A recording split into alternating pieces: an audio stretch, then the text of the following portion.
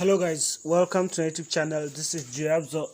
Today I'm going to show you how you can draw a star, any type of star, 5 point, 6 point, 7 point star, even 3 pointer star if there is any, in Photoshop cc20. So without talking much, let's get started.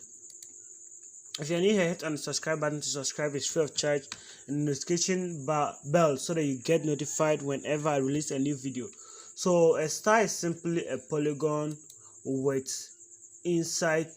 the shapes inside, or the lines inside and outside. So when you want to create it, go to shape, choose polygon, then you select the number of points you want, 5 star, and you go here. So this option is always ticked off. You just take it here. So with a setting, you take it and you simply draw, and that is your 5-pointed star. So that's just how you can create star. You can create a different type using the same method. You can add a smooth corners, and this also a star. You can create a 6-point star, so you can just increase the number of sides.